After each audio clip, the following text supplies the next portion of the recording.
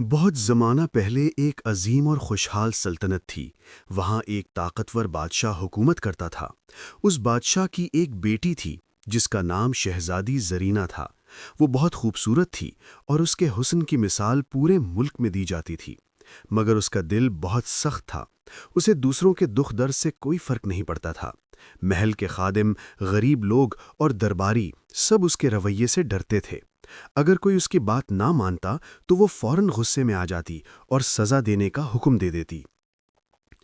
شہزادی زرینہ کو اپنی دولت اور شان و شوکت پر بہت غرور تھا۔ وہ اکثر محل کی اونچی بالکونی میں کھڑی ہو کر نیچے گاؤں کے غریب لوگوں کو دیکھتی اور ان کی حالت پر ہنستی تھی۔ ایک دن ایک بوڑھی عورت محل کے دروازے پر آئی۔ اس نے شہزادی سے مدد مانگی کیونکہ اس کے پاس کھانے کے لیے کچھ نہیں تھا، مگر شہزادی نے اس کی بات سننے کے بجائے محافظوں کو حکم دیا کہ اسے وہاں سے ہٹا دیا جائے۔ بوڑھی عورت خاموشی سے چلی گئی اور جاتے وقت آسمان کی طرف دیکھ کر آہ بھری۔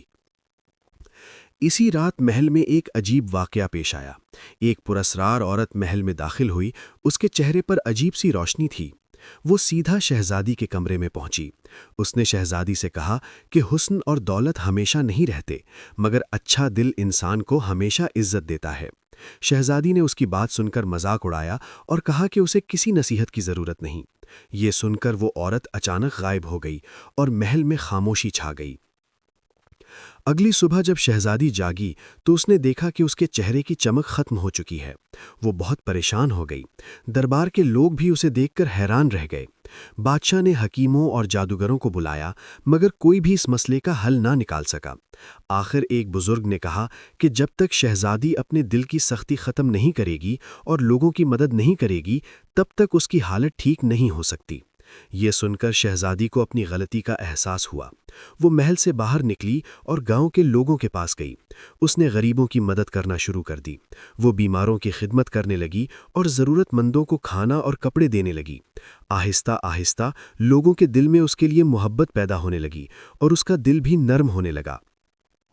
کچھ عرصے بعد ایک صبح جب سورج نکلا تو شہزادی نے آئینے میں دیکھا کہ اس کے چہرے کی چمک واپس آ گئی ہے، مگر اب وہ پہلے جیسی غرور والی شہزادی نہیں رہی تھی۔